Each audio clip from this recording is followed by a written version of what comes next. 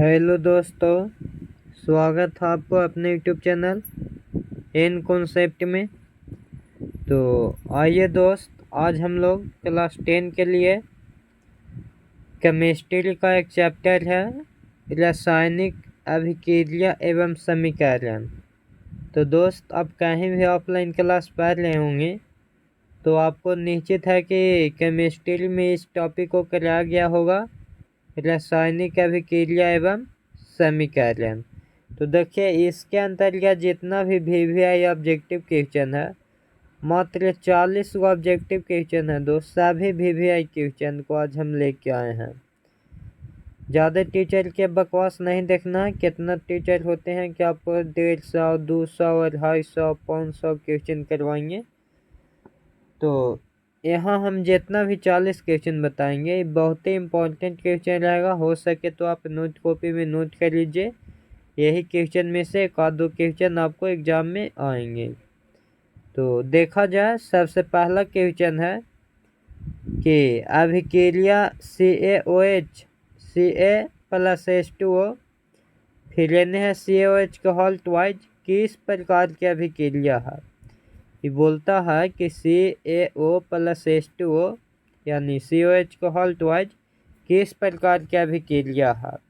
तो ये आपको ऑफलाइन क्लास में पढ़ाया गया होगा। वियोजन अभिक्रिया क्या होता है, संयोजन अभिक्रिया क्या होता है, योगशील क्या होता है, प्रतिस्थापन क्या होता है। यहाँ पे 4 गो ऑप्शन आपको देखने को मिला।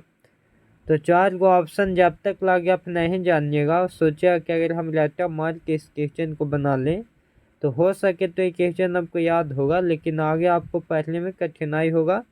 बढ़िया नंबर से आप नहीं पास होइएगा, दिक्कत हो जाएगा। केमिस्ट्री पर समझने वाला चीज़ होता है, समझ जाइएगा तब आसानी से बनाइएगा, नहीं तो नहीं बना पाइएगा। तो देखिए, वियोजन में अगर कोई भी A+B मिलके अगर इस C के निर्माण करता है तो इसको हम लोग बोलते हैं वियोजन।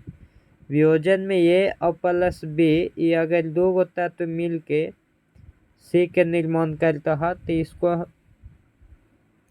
देखिए A+B मिलके A से जो बनता है ये B+C बनता है।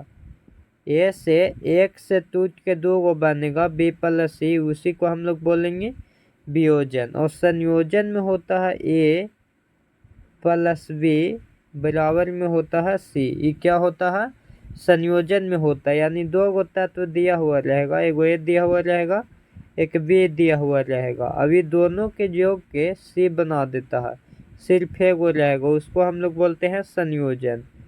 योगशील और एक प्रतिस्थापन होता है, वो 4 गो तत्व दिया हुआ रहेगा, एक A देगा, B देगा, यहाँ पे C और D रहेगा। तो यहाँ में 4 गो रहेगा, तो उसमें किसी तत्व के वैल्यू प्लेस वैल्यू चेंज रहते हैं, यानी स्थान चेंज रहते हैं। और प्रतिस्थापन 2 प्रकार के होते हैं। देखिए, तो यहाँ जो क्वेश्चन है उसके बारे में अभी हम समझाने की कोशिश कर रहे हैं आपको। COH है और यहाँ H2O है। देखिए, 2 गो हो गया, यानी A+B हो गया। A+B से क्या बना दिया है, ये पूरा क्या आप C मान लीजिए, क्योंकि यहाँ एक ही गो है, बीच में प्लस प्लस नहीं है। तो ये हो जाएगा संयोजन अभिक्रिया। कौन सा अभिक्रिया हो जाएगा, संयोजन अभिक्रिया। आपको राइट आंसर हो जाएगा संयोजन अभिक्रिया। चलिए, क्वेश्चन नंबर आगे हम लोग चलते हैं 2 की ओर। क्वेश्चन नंबर 2 है कि निम्न में कौन सा युग में एकल विस्थापन अभिक्रिया प्रदर्शित करता है। तो देखिए, AgNO3 है जो एकल विस्थापन अभिक्रिया प्रदर्शित करती है, AgNO3। देखिए, यहाँ पे विस्थापन अभिक्रिया वह होती है जिसमें परमाणु या परमाणु एक समूह के अणु दूसरे परमाणु द्वारा विस्थापित होता है। फिर बोलता है कि विस्थापन अभिक्रिया एक प्रकार की अभिक्रिया है जिसमें एक अभिकर्मक के भाग दूसरे अभिकर्मक द्वारा प्रतिस्थापित किया जाता है। विस्थापन अभिक्रिया 2 प्रकार की होती है। एक होता है एकल विस्थापन अभिक्रिया, ये वो अभिक्रिया होती है जिनमें देख लीजिए, जिनमें एक अभिकारक दूसरे भाग को प्रतिस्थापित करती है, जिसे FeCO4 तो FeCO4 दो गो नहीं, कोई एक होगा CO। और द्विविस्थापन अभिक्रिया ये वह अभिक्रिया है जिसमें अभिकारकों एवं धनायन ऋणायन साझेदारों को बदलकर उत्पाद बनाते हैं। इसका एग्जाम्पल देख लीजिए। चलिए आगे देखते हैं क्वेश्चन नंबर 3। निम्न में कौन ऑक्सीकार्य की क्रिया नहीं है? तो बताइए ऑक्सीकरण की क्रिया कौन नहीं होगा? तो देखिए यहाँ पे अवक्षेपण जो होता है वो ऑक्सीकरण की अभिक्रिया नहीं है, बाकी दहन श्वसन भोजन का पचना है, लेकिन अवक्षेपण नहीं है। क्वेश्चन नंबर 4 है कि निम्न में से कौन विस्थापन अभिक्रिया के एक उदाहरण है? विस्थापन अभिक्रिया के एक उदाहरण बोलता है तो देखिए FeCO4, यहाँ पे फिर प्लस नहीं होनी चाहिए, तिल के निशान होना चाहिए। FeSO4 + Cu, ये हो जाएंगे कौन सा अभिक्रिया? तो ये हो जाएंगे विस्थापन अभिक्रिया। ये देखिए ये जो अभिक्रिया दिया हुआ है ये कौन सा अभिक्रिया है? ये है वियोजन अभिक्रिया। ये कौन सा है? ये वियोजन है, माने वियोग हो रहा है, एक से दो गो टूट रहा। अब दो गो मिल के एक बना रहा तो ये संयोग कर रहा, यानी संयोजन हो जाएगा। ये हो गया संयोजन, ये वियोजन, संयोजन। अब ये हो जाएंगे विस्थापन। तो हमको विस्थापन पूछ रहा था तो विस्थापन हो जाएगा C वाला। चलिए यहाँ तक में कोई दिक्कत नहीं होनी चाहिए। आगे आइए, आगे 5 नंबर क्वेश्चन है कि किसी अभिक्रिया में भाग लेने वाले पदार्थ को क्या कहा जाता है? तो भाग लेने वाले पदार्थ को अभिकारक बोलते हैं। भाग लेने वालों को क्या बोलते हैं? अभिकारक। और जो नया पदार्थ बनता है, नए पदार्थ को हम लोग बोलते हैं प्रतिफल। नए पदार्थ को क्या बोलते हैं? नए पदार्थ को प्रतिफल। और भाग लेता है जिसको अभिकारक। देखिए अगला है कि समीकरण H2O2 एक है तो ये क्या हो जाएगा? संयोजन अभिक्रिया। दो गो मिल के संयोग करके एक बना रहा तो संयोजन अभिक्रिया हो जाए। कौन सा अभिक्रिया? संयोजन अभिक्रिया। अगला है कि जब किसी अभिक्रिया के समय किसी पदार्थ में ऑक्सीकरण की वृद्धि होती है तो निम्नलिखित में से होता है। तो बताइए क्या होता है? तो ये क्या हो जाएगा? उपचयन होता है। क्या होता है? उपचयन। आइए अगला है कि FeCO4 इस समीकरण है तो ये कौन सा समीकरण हो जाएंगे? विस्थापन समीकरण। एकल विस्थापन होंगे, द्विविस्थापन नहीं, एकल विस्थापन हो जाएंगे। देखिए अगला है रासायनिक अभिक्रिया के दौरान किसी पदार्थ में ऑक्सीजन का ह्रास कहलाता है। तो किसी पदार्थ में ऑक्सीजन के ह्रास क्या कहलाएगा? रासायनिक अभिक्रिया के दौरान किसी पदार्थ में ऑक्सीजन का ह्रास कहलाता है तो ऑक्सीजन का ह्रास उपचयन कहलाता है। एक भूरे रंग का चमकदार तत्व X को वायु की उपस्थिति में गर्म करने पर काले रंग के तत्व X का नाम बताइए। तो X के नाम क्या हो जाएंगे? कॉपर हो जाएंगे। देखिए अगला है कि नीचे दी गई अभिक्रिया का कौन सा संबंध सही है? Zn + C है तो Zn में क्या हो रहा है? कार्बन उपचयित हो रहा है। देखिए कार्बन इसमें क्या हो रहा है? उपचयित हो रहा है। Na2SO4 AQ माने होता है घुला हुआ। BaCl2 ये भी घुला हुआ है। यहाँ पे बोलता है कि उपयुक्त रासायनिक समीकरण है। तो बताइए कौन सा समीकरण हो जाएंगे? तो ये हो जाएगा द्विविस्थापन। द्विविस्थापन हो जाएंगे। द्विविस्थापन में देखिए SO4 यहाँ पे है तो SO4 यहाँ पे आ जाएगा और Ba यहाँ पे है तो ये चेंज होके NaCl आ जाएगा। Cl देखिए 2 यहाँ पे है, Na आ जाएगा यहाँ में और Ba जुट जाता है यहाँ में। यही चेंज हो जाता है द्विविस्थापन में। और द्विविस्थापन में दिमाग लगाया कि 4 गो 2 गो Na रहेगा तो 2 गो Na भी रहेगा। दोनों दाने दो तत्व रहता है द्विविस्थापन में, A+B तो एन रहेगा C+D। दो गो तत्व रहेगा, 2 गो एन रहेगा और 2 गो एन रहेगा, एक हिस्सा D में घुसा रहेगा और बी वाला के C में, ऐसे करके रहता है।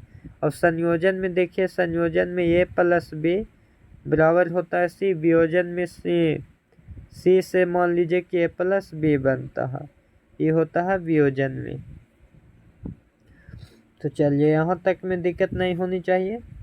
अगला है कि जब मैग्नीशियम फीता को जलाया जाता है तो उत्पन्न आग की लौ होती है। जब मैग्नीशियम फीता को जलाया जाता है तो उत्पन्न आग की लौ होती है, तो ये लौ कैसन होगी? चमकीली उजला हो जाएगी। Zn4, अभी Zn4 प्लस U कौन सा ये समीकरण होगा जब बताना है? तो विस्थापन अभिक्रिया हो जाएंगे। कौन से अभिक्रिया? विस्थापन अभिक्रिया हो जाएंगे। द्विविस्थापन नहीं होंगे क्योंकि यहाँ पे CU देख रहे हैं कि ऐसी है, इसके साथ नहीं कुछ लगा हुआ है। आइए अगला क्वेश्चन है कि अभिक्रिया CuH2CuH2O में किसका उपचयन हो रहा है?